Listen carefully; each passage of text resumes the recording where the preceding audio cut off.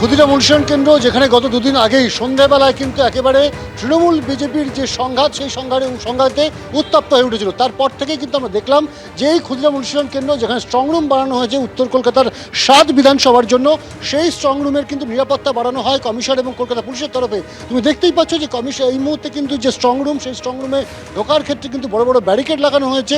শুধু তাই নয়, সর্বক্ষণের জন্য 24 ঘন্টার জন্য কিন্তু একেবারে রাস্তা থেকে কেন্দ্রীয় বাহিনীর জওয়ান তারা কিন্তু উপস্থিত রয়েছেন।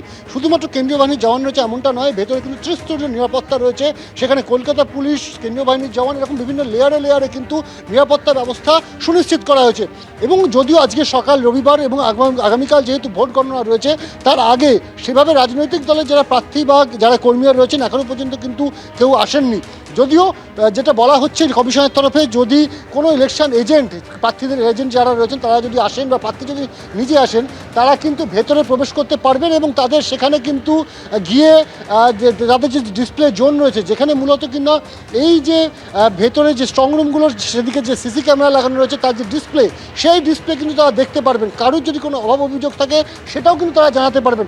আমার ক্যামেরা পার্সন দীপ্তেন্দু দেখাচ্ছে যে ঢোকার মুখে কিন্তু স্ট্রংরুমে ইলেকশন কমিশনের তরফে কিন্তু অর্ডার দিয়ে বেশ কিছু জিনিস সেটা কিন্তু নথিবদ্ধ করা হয়েছে এবং সেখানে কিন্তু টানিয়ে দেওয়া হয়েছে। সেখানে বলা আছে যে স্ট্রংরুমে ঢোকার ক্ষেত্রে বা স্ট্রংরুমের এই যে ডিসপ্লে জোনে যাওয়ার ক্ষেত্রে কী কী নিয়ম মানতে হবে এবং কী কী করা যাবে না, সেই বিষয়ে কিন্তু স্পষ্ট করে কিন্তু নির্দেশিকা জারি করা হয়েছে। ডিও নর্থ কলকাতা তার তরফে কিন্তু প্রত্যেকটি রাজনৈতিক দলের জন্য যারা যারা এই ডিসপ্লে জোনে আসবেন তাদের তালিকা চেয়ে তাদের নাম প্রতি একটি করে সচিত্র পরিচয়পত্র দেওয়া হয়েছে।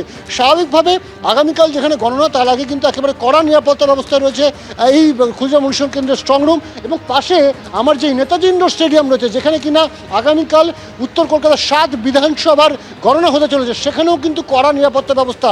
এই মুহূর্তে ভেতরের প্রস্তুতি একেবারে চূড়ান্ত পর্যায়ে এবং আজ দুপুরের মধ্যে কিন্তু প্রস্তুতি সম্পূর্ণরূপে শেষ করে ট্রায়াল কাউন্টিং একটা হতে পারে, এমনটাই কিন্তু আমরা কমিশন সূত্রে জানতে পারছি।